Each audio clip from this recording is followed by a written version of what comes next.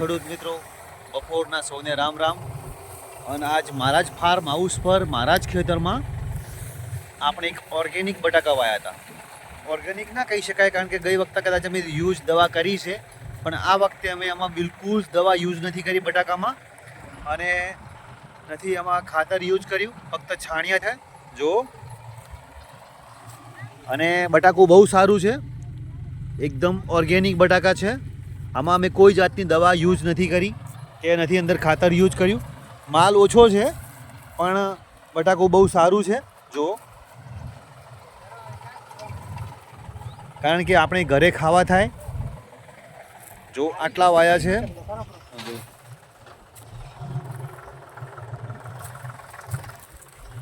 એ આટલા જ વાયા છે, લગભગ 10 કટ્ટા છે.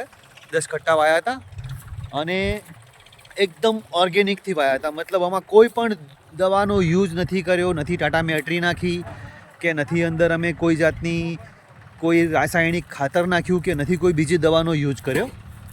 જો એ તમને દેખાય, ટાટા મેટ્રી નાખી હોત તો આ ટાઈપનું ઘાસ ના ઉગ્યું હોત જો. એટલે અમે આમાં કોઈ જાતની દવાનો યુઝ નથી કર્યો. ખરેખર આવી થોડી ખેતી કરવી જરૂરી છે. તો મિત્રો, તમે પણ ઘરે થોડી ઓર્ગેનિક ખેતી કરી જુઓ, કદાચ એમાં સફળતા મળશે ને તો સાહેબ બહુ સારું કહેવાય. આપણી જમીન સુધરી જશે.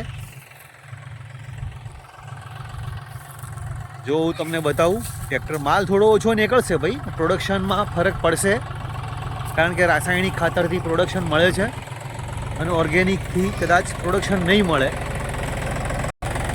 જો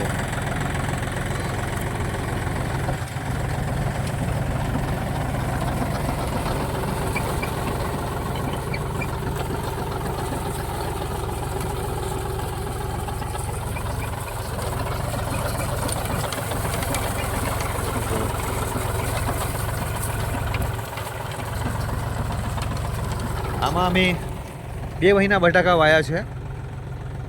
4 કટ્ટા વાયા છે મોહન અને 6 કટ્ટા ખાતી વાયુ છે. તો મિત્રો, આ વિડીયોને લાઈક કરજો, શેર કરજો અને સારી કોમેન્ટ કરજો. જય માતાજી.